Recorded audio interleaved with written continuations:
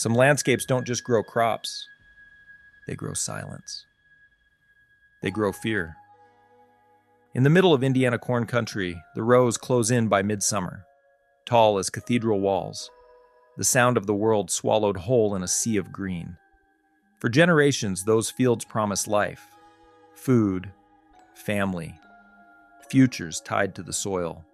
But beginning in the summer of 1989, Clinton County learned those same fields could also hide something else, something older, something waiting. Livestock started to vanish first, then people. Whole families traced to gas station receipts and gravel mile roads, but never seen again. And then, the children. Locals called her the Corn Witch, a name half-whispered in schoolyard rhymes and muttered over coffee in town diners, a figure blamed for everything that disappeared between the tassels and the turn rows. The county sheriff's reports called it missing persons. The farmers just called it evil.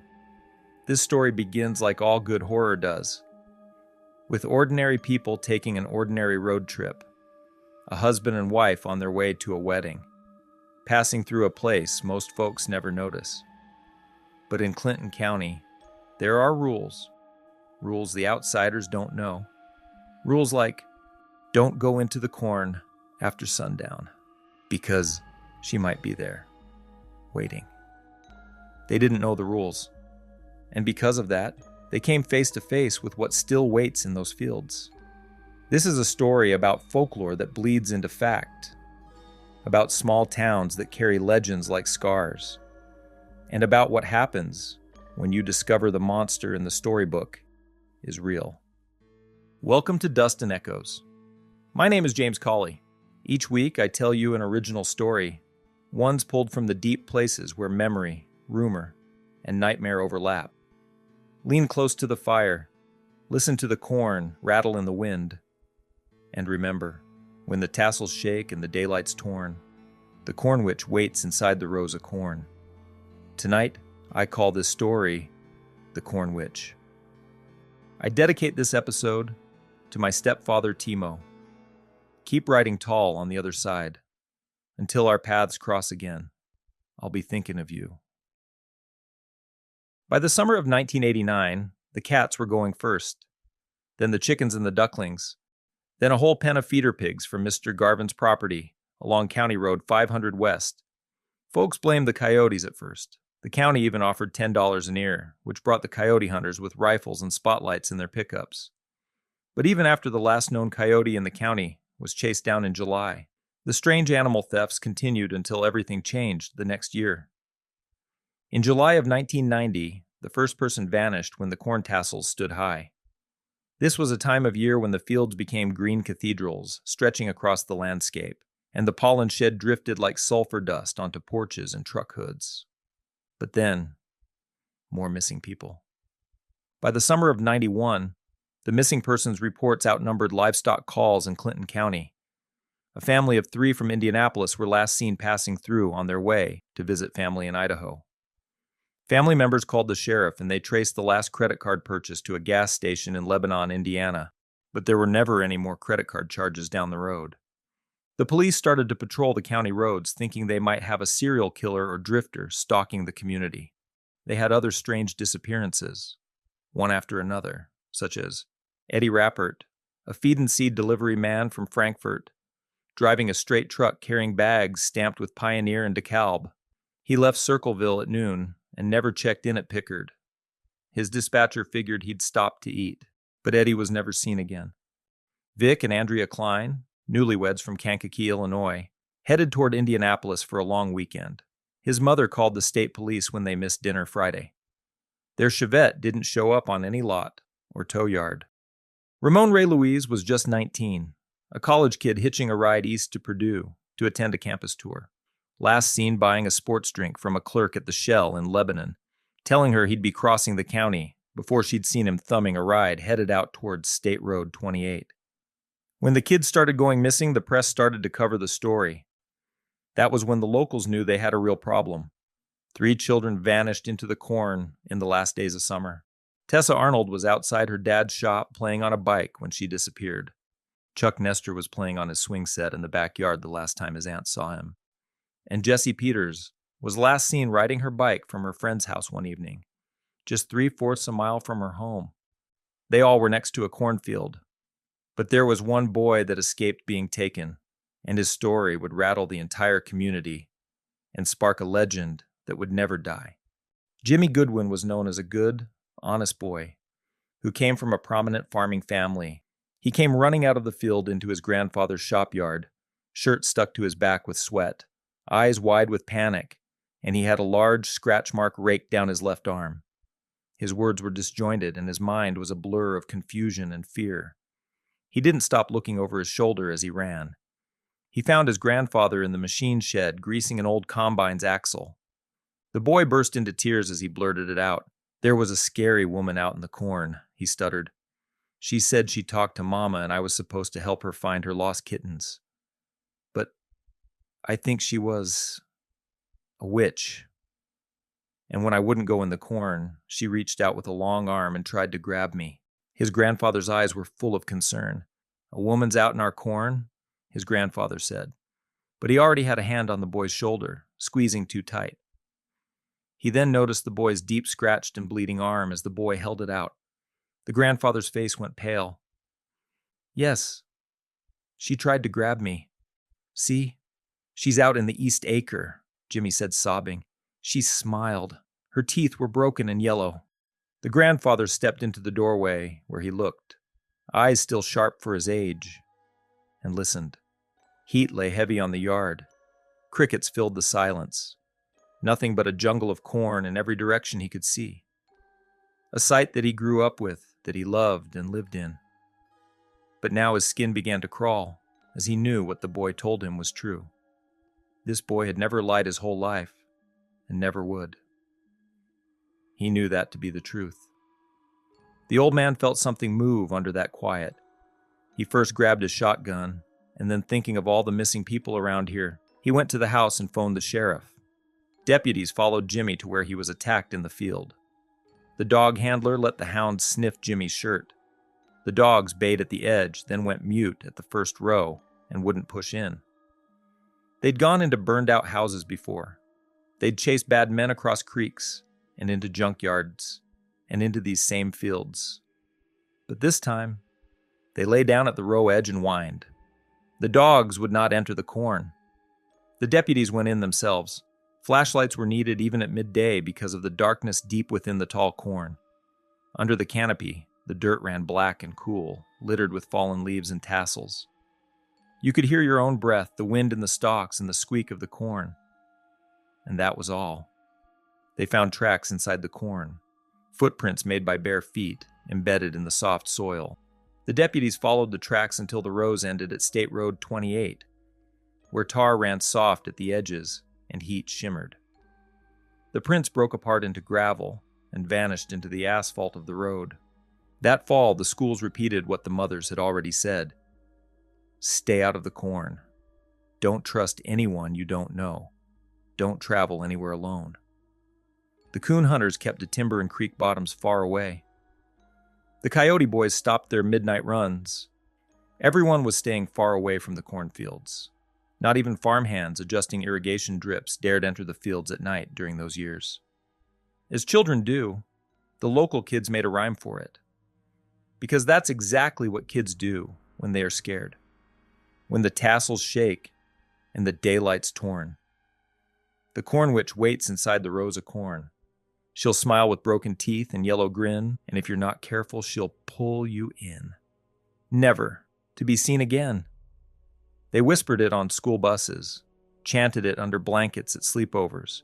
Teenagers drove into the dark field lands at night and dared each other to take 10 paces into the corn and stand still saying it out loud, until they heard breathing behind them, or until they felt long fingers scratch the back of their necks. The families of the missing ones all watched the edges of the fields by day and listened hopefully for the rattle of doorknobs at night that never came. But by harvest season of 91, when the corn was cut and only the stubble of stalks filled the endless landscape, where once the tall ocean of corn once stood, nothing was ever found in the fields. The county went on anyway. Because that's what small towns and rural farming communities do. They push on, they band together, and carry on with life.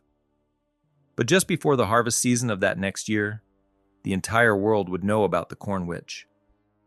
When people covered in blood stumbled out in front of Mr. Geeson's truck just before midnight on County Road 500 West in Clinton County. On that night, all was known about the Corn Witch, and everything changed forever.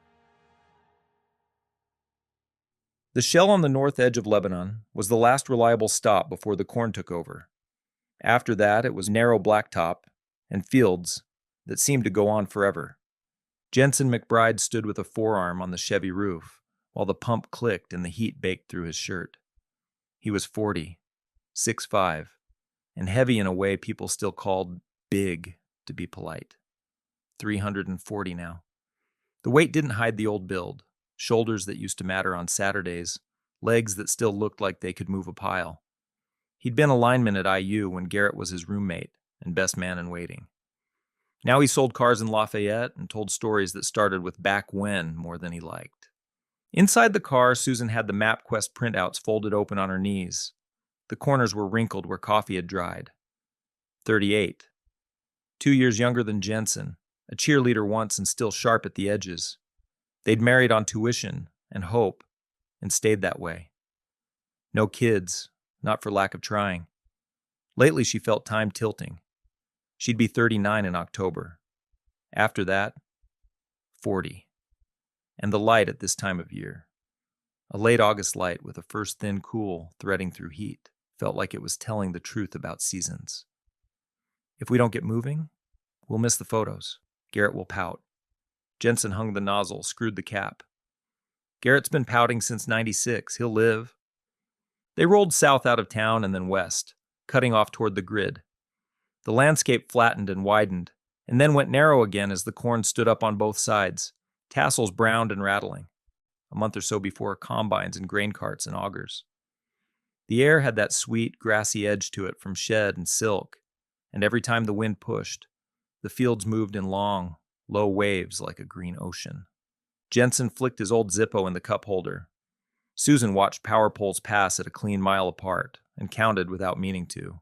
"Tell me again why we didn't stay on the interstate," she said. "Because the interstate is backed up by the split, and this cuts time. We go straight through and drop out near Spencer. It's cleaner. This is the part of the map where the lines all look like veins, and none of them have names. And if we get lost, we won't get lost," he said. Paper rasped under her fingers, driving halfway across the country for a wedding. "You'd do anything for Garrett, wouldn't you?" "Sometimes I think you love him more than you love me," she joked. He shrugged. "What can I say? He's always been there for me, ever since we were teenagers." Out the window, the 30-inch rows made tight walls. Tile inlets peppered the ditches, little grated mouths where water whispered even after a dry week.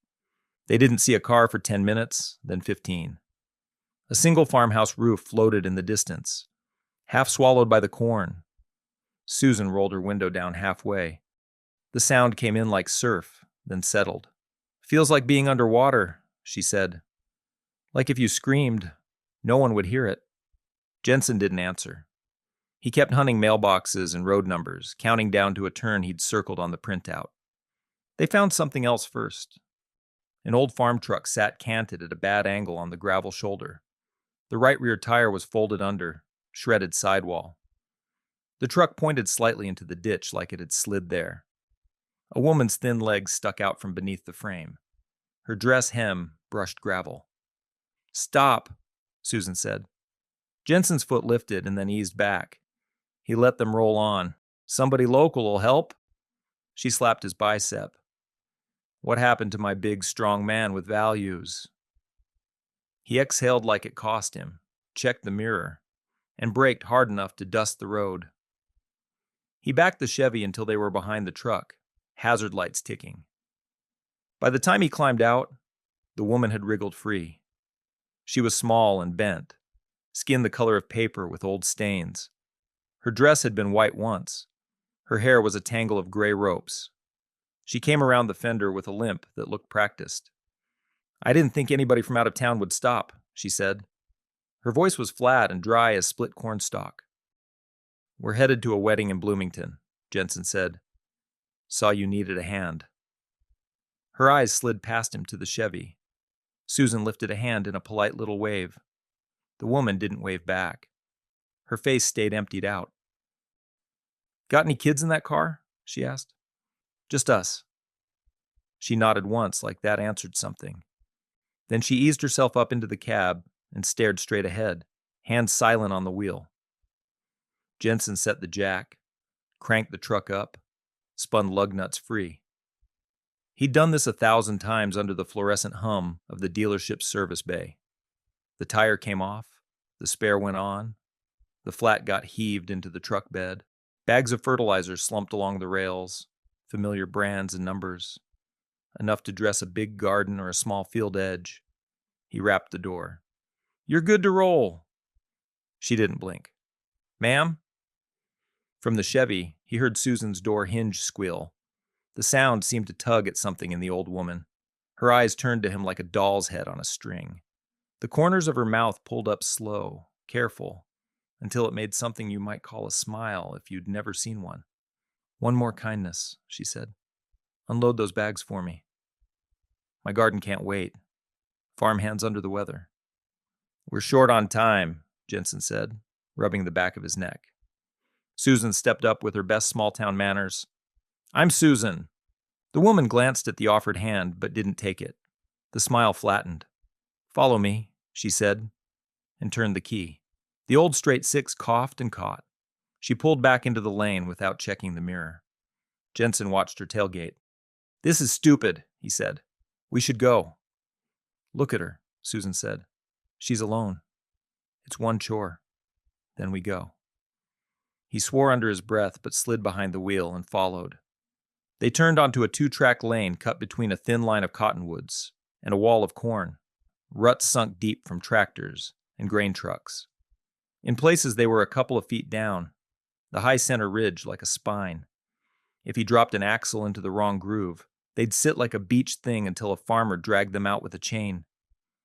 The air cooled under the cottonwoods and then warmed again where the sun hit the open. The corn breathed.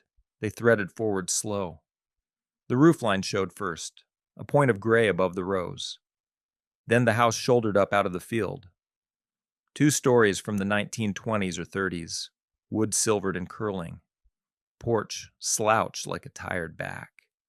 A chicken coop leaned crooked with its wire cut. A pond behind the house lay still and green with algae, rimmed in cattails. Beyond it, a collapsed barn. Beyond that, more corn to the horizon. The woman parked and went in without a word. "Really?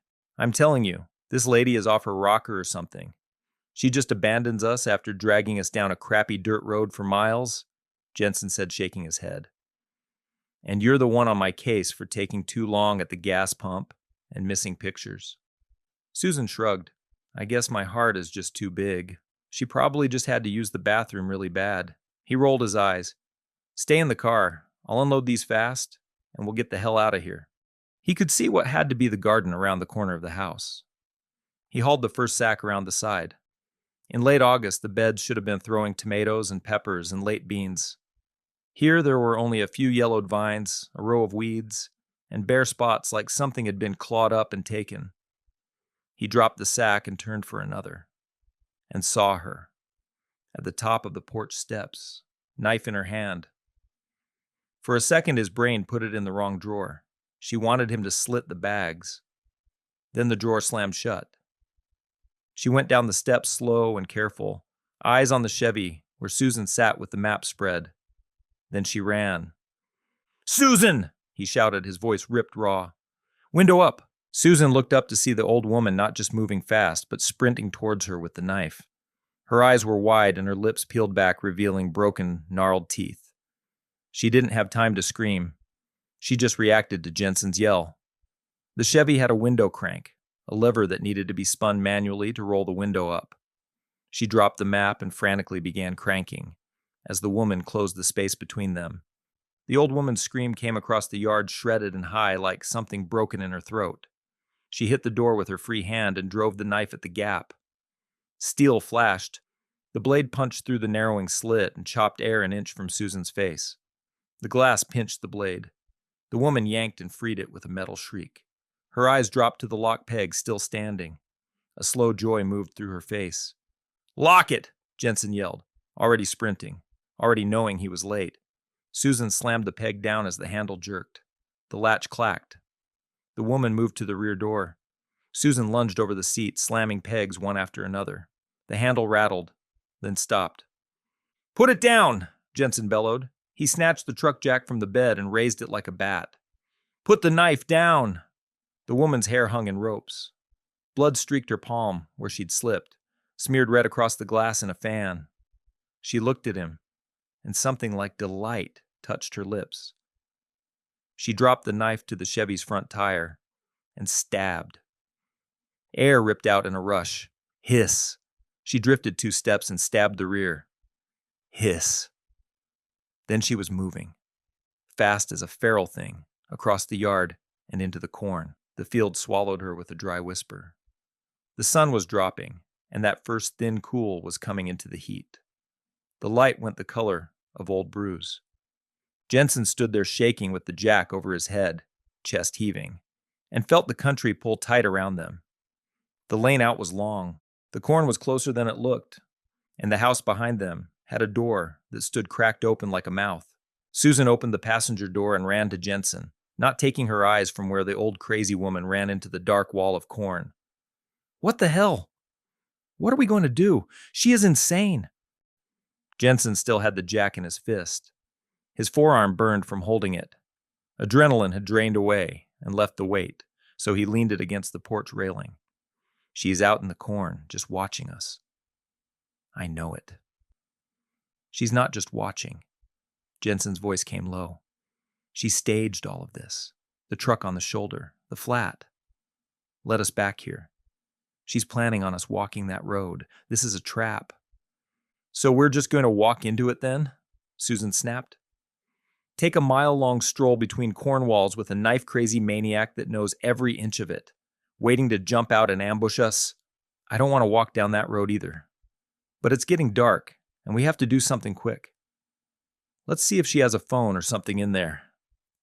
He pointed at the house with his chin. She raised her eyebrows at the front door, hanging crooked and cracked open.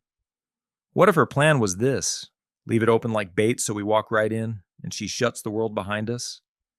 Jensen looked from the lane to the rows, then to the dark slit of the doorway. "Okay, calm down. I'm just trying to figure this out. Either way, she knows this place, we don't, and she's counting on that.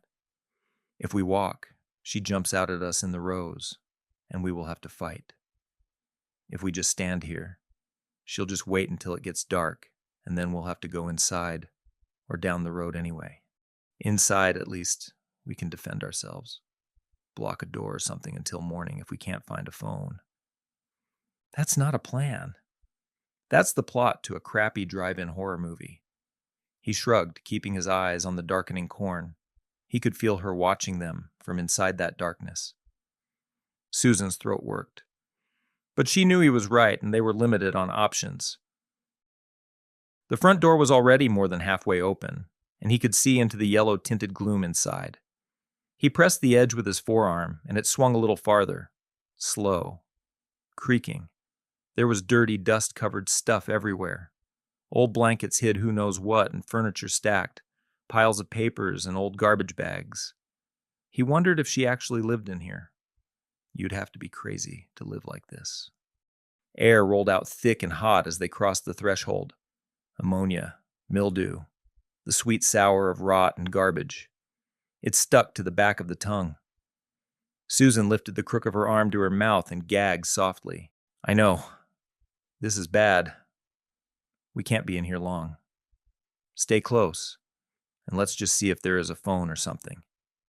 The windows were smothered under layers of plastered newspaper and plastic. Whatever light made it in died quick in a sick yellow haze. A single path had been blazed, cut through stacked newspapers and split garbage bags. The carpet underfoot was wet and soft, pumping up stinky black liquid around their feet, squishing beneath every step. Mice skittered inside the piles and were gone. The house creaked, and they could feel the floorboards sag and dip as they moved forwards. This place was a death trap. My God, Susan whispered, more of a prayer than a statement. On a buckled side table sat a dust-coated rotary phone, the color of old bone. Jensen lifted the receiver. Nothing. He traced the line to the base and found the cord cut clean, tight to the body, no chew marks, no fray. Deliberate. He shook his head and replaced the receiver. Let's go out the back. Maybe if we go that way, we can... They both froze. A noise came from the porch, and they both turned to see the door slam shut, then a locking noise from outside. Oh my God, Jens! Look! Susan pointed to the bottom of the doorframe. There was a 1-inch crack between the sagging carpet and the bottom of the door, where they could see the vehicles and the dark corn beyond. And something else. The old woman's face was pressed to the ground beyond staring back in at them. She was laughing. Then she was gone. With the door closed, the darkness inside was intensified. He looked for something, anything to use as a weapon. But besides the phone receiver, he could not see anything, and that was useless. Their feet squished in the dampness, and they used their legs to feel the edges of the path. Finally, he reached the door, and not wanting to put his face or hands on the wet carpet, he bent down as far as he could and looked under the door. Nothing. The porch was clear. He could see the corn darkening into night beyond. His hand slowly grabbed the knob and pulled. Nothing. Somehow locked from the outside. There's our way out. I'll break the damn thing with a chair or something.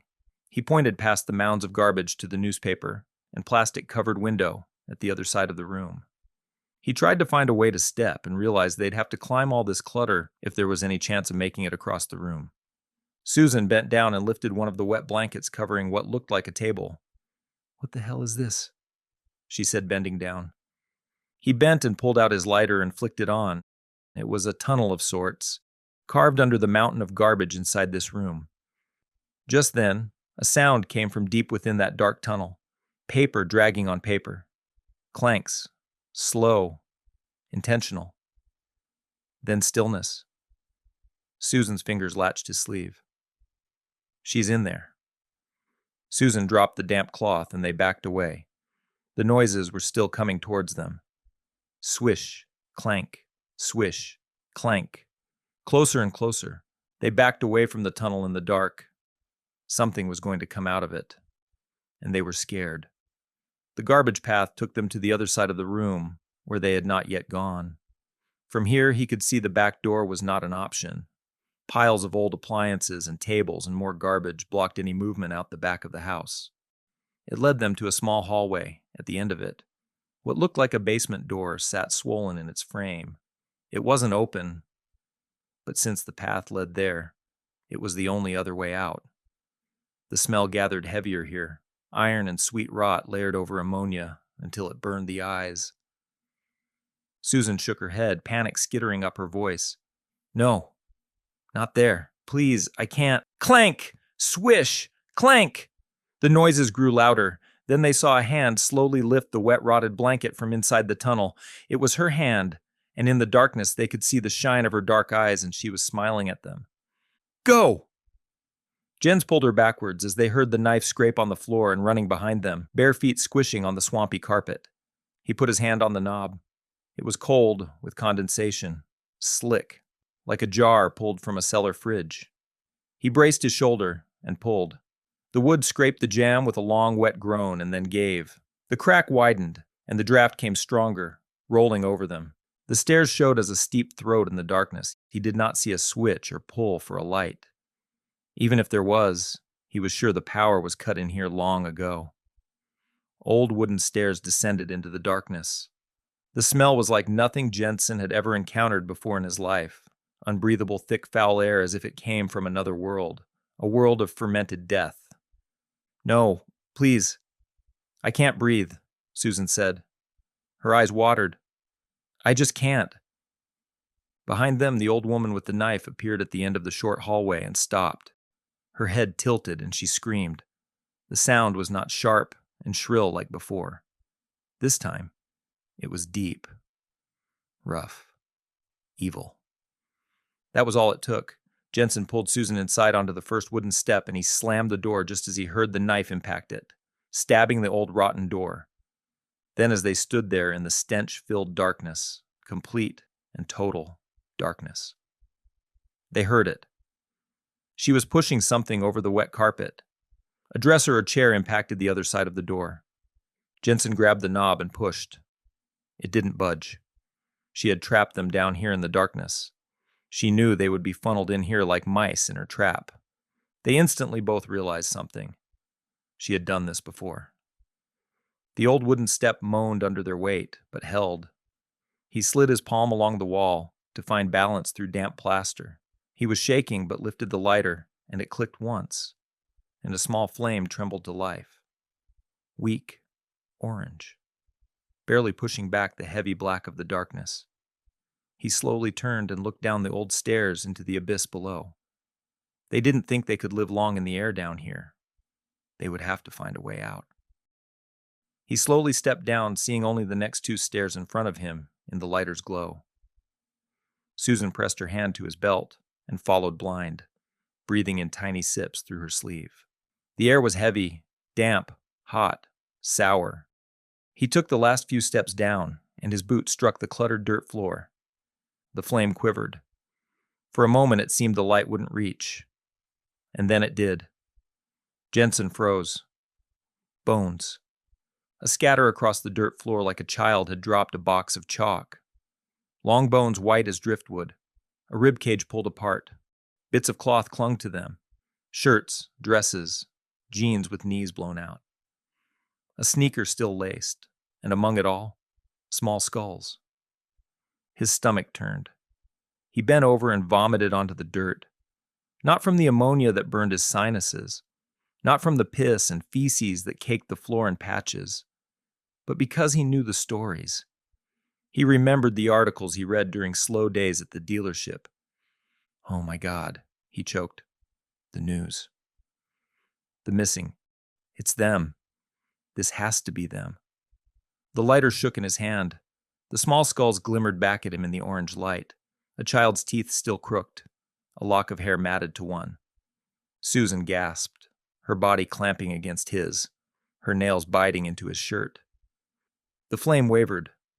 Above them the floor creaked, then stomped. Dust sifted down through the cracks, and the old woman's voice started, singing.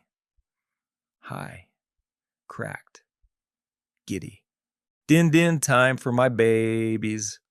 Time to eat, what a treat. Mommy brought the big, big meat. She sang it like a lullaby, bare feet thumping in rhythm, boards shrieking with her dance above outside the door that entombed them. Susan pressed her face into his back, trembling, choking on sobs she couldn't swallow. The lighter flame guttered and caught again. That was when the eyes blinked on, not blinked, shimmered. A dozen first, then 2 dozen, then more than he could count. The black at the edges of the room filled with points of dull green, yellow, silver, huddled in piles low to the ground, watching, waiting. Jensen's throat closed. Jesus Christ, he whispered. The eyes began to move, closer. The sound came next, long ingrown claws ticking across bone, the rasp of bodies slithering over each other. Then, the hissing started low and warbly and multiplied until it was one long shriek of hunger. Cats. Dozens upon dozens, if you could still call them cats. Filthy, patchy, infected with maggot-filled fur stuck in mats, tails lashing, ears torn and ragged. They snarled and spat, shoving, clawing, climbing over one another to get closer. The floor rippled with them, a tangled tide of fur and teeth. Susan's scream tore out before she could stop it. One came forward, larger than the rest, its head grotesque, half-scalped from old wounds, matted with dried gore. Its face was more scar than skin. It opened its jaws, and the teeth were thin, needle-sharp. Its eyes were missing, but it knew how to navigate this darkness without them. They moved backwards up the stairs, and as they did, the lighter went out. Darkness swallowed them. Susan screamed, high and ragged, so close Jensen thought his eardrum must have ruptured. Her body jolted against him. The first bite came at her calf, not a nip, but a greedy ripping of flesh. She shrieked, knees buckling as the flesh tore away, and her screams rose so loud it felt like the whole house would collapse around it. Blood ran hot down her leg, and the cat smelled it. They fought for the chunk torn loose, snapping and snarling, tails whipping in frenzy. Susan staggered, gasping. "They're eating me! Oh God, please help! Please do something!" Jensen fumbled with the lighter, flicking it hard. Sparks. Then a flash of orange. For 1 second he saw the swarm lapping at her leg, like piranhas he saw in a movie. Something hit his thigh, hard, dirty nails burying into muscle. Teeth sank into his hand, and he felt the crunch of bone. His pinky finger tore loose, blood hot and slick. He howled in pain, flinging the cat into the darkness where it impacted the far wall. Above, the old woman sang louder, her voice cracking with delight. "Eat, my babies, eat! So sweet, what a treat! Mama brought you the big, big meat." The boards above them quaked as she stomped and clapped. Jensen dragged and pulled Susan back up the stairs, kicking, slamming his boot into snarling faces, shoving them off her leg. The lighter caught again. Weak flame. Jittering. He saw eyes glinting all around them, jaws snapping, bloody claws and deep sounds as the cats poured upward after them, their hissing rising into a single, hellish chord. Susan sobbed and screamed, kicking blindly as claws raked her legs. Blood slicked the steps, making them slip. Jensen heaved her up, teeth clenched, screaming in pain as more claws tore into his back. The old woman's voice rose into a shriek of ecstasy above them. Susan screamed to him for help. "Get them off me, please! Please help me! Please!" His heart tore. He tried. God, he tried. His hands ripped at fur, at slick bodies twisting in his grip. His fingers slipped in blood, his own and hers. Teeth closed on his forearm, grinding against bone. He bellowed and slammed it against the railing until the cat let go, dangling broken, before it vanished into the swarm below. The steps below were buried, cats upon cats, packed and writhing, eyes shining wet in the light, fur missing in patches, sores splitting open, teeth slick with blood. They fought each other for flesh, clawing over Susan's leg, each one snapping at the blood running down, and then his own scream tore out. Pure rage. Seeing his wife in pain, a power boiled up inside of him, like he hadn't felt since game day in college. Adrenaline and a pure will to survive, to protect, and to punish rose up inside him as he pulled them against the closed door. Behind it, the witch danced on the boards, singing louder, laughing so shrill it felt like glass in their ears. "Move!" Jensen roared, pushing her against the wall for space on the last stair. He roared and drove his shoulder into the wood again. A crack shot through it, revealing light down the middle. Splinters cut his cheek. Again. Harder. Harder. The frame screamed. The witch stopped dancing on the other side of the door. Every second of training on the football field ran through him one last time as his body crashed against the door. Crack! The old door blew apart into pieces, and the shelf she pushed in front of it landed on top of her. Jensen heaved Susan up and through the exploded door and followed, pulling her as he went. The old woman was in shock, and the knife had been knocked out of her hand during the impact. She reeled backward, crawling in pain. Her hand, still bleeding from the car window, was now gushing onto the wet carpet. Her face twisted unnaturally, lips peeling back in fury. She shrieked. Not words now, just a tearing animal cry. The swarm emerged from the basement, pouring up, claws clattering, tails lashing, eyes closed, at the brightness many of them had never witnessed. They smelled blood. The witch's blood. They also smelled something new on her. Fear. They used the opportunity to jump past her in the small hallway, and Jensen grabbed the knife as they clambered over the pile of debris towards the newspaper-covered window. Behind them, the witch tried to crawl away, clawing at the floor, but her babies piled onto her first. "No!" she shrieked, voice cracking, then turning stern. "Not Mommy!"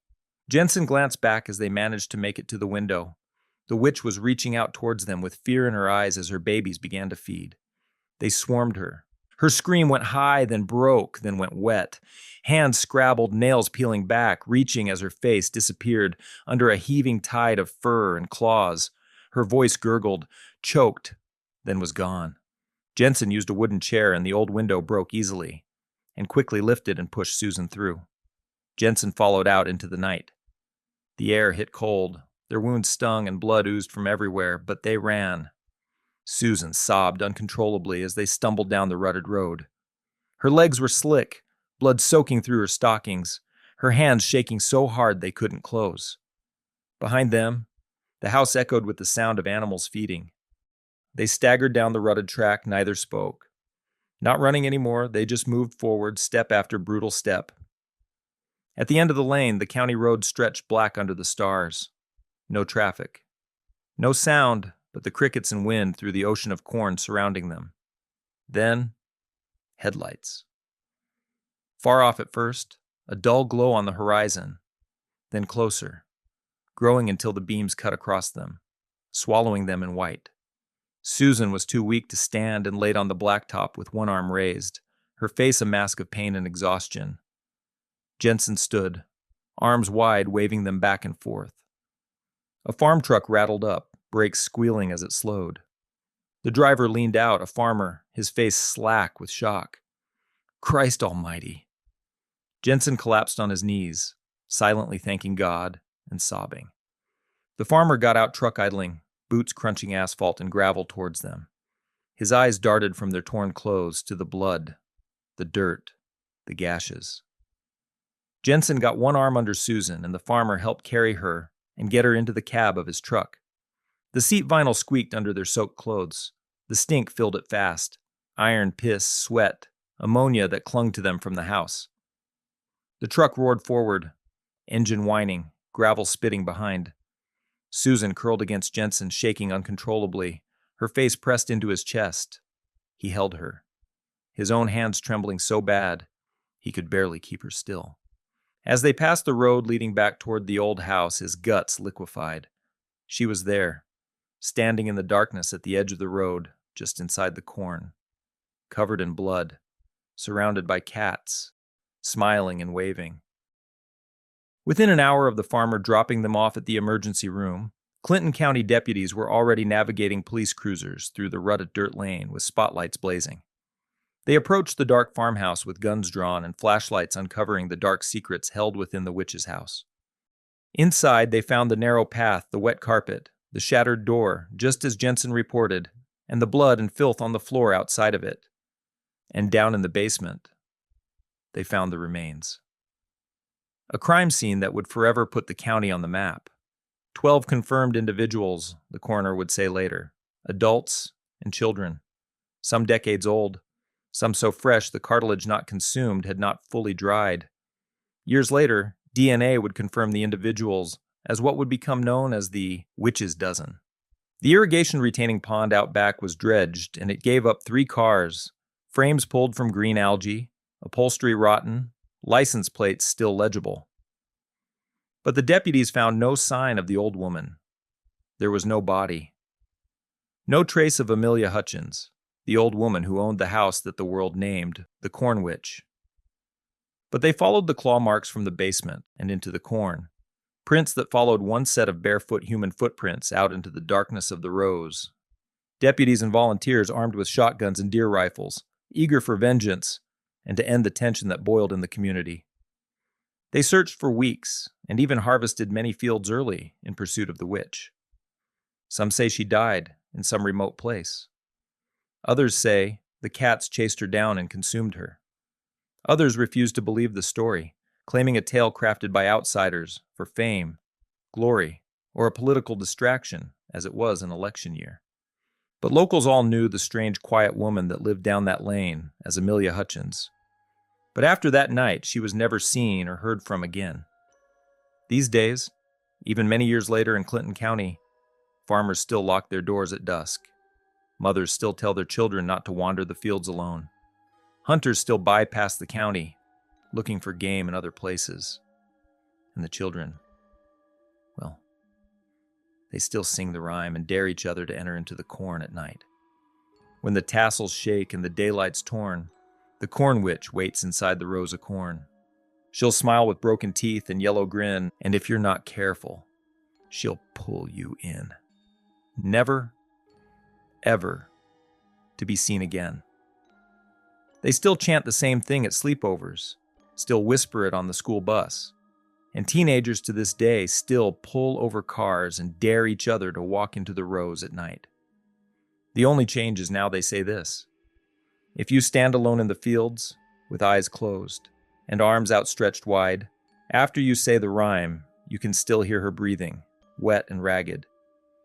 But now you can also hear the cats, rotten and starving, and ready to feed. Jensen and Susan left the hospital weeks later. Both were treated for sepsis from the many wounds from that horrible night. They returned home, but not as the same people, not as the same connected childless couple. In the years to follow, Susan spoke less and less. She would have nightmares and panic attacks anytime she saw a cornfield. The news outlets ate them alive and spit them back out. So much so that several years later, they moved across the country to the small town of Eagle Mountain in Utah. They traded cornfields for sagebrush. News reports swapped for solitude. And they embraced it. The end. That was The Corn Witch, written and performed by me, James Cawley. A story about fear that grows quiet roots, about how grief can take shape, and how legends sprout in the dark between rows, and about a couple who learned that survival sometimes isn't about strength at all, but about holding on to each other when everything else is clawing to pull you apart. Jensen and Susan didn't walk away unchanged. They walked away carrying scars, silence, and a kind of weight no one would ever see. But they also carried something else. Proof that even in the darkest places, even when you're sure you're lost, it is still possible to find your way out. And that's what stories like this one remind us of. That fear can grow wild, but so can resilience. If this kind of tale spoke to you, then you're in the right place. I share a new original story every week, each one pulled from the blind spots of history, from the memories that refuse to stay buried. If you enjoyed this story, please do me a favor and leave a rating and tell a friend. It will help me more than you know. And if you'd like to explore past episodes or peek ahead at what's coming next, visit dustandechos.podcast.com. There are more stories waiting there for you. Until next time, remember this: even when trapped in the darkness, we must hold on to hope, for it will always guide us back into the light.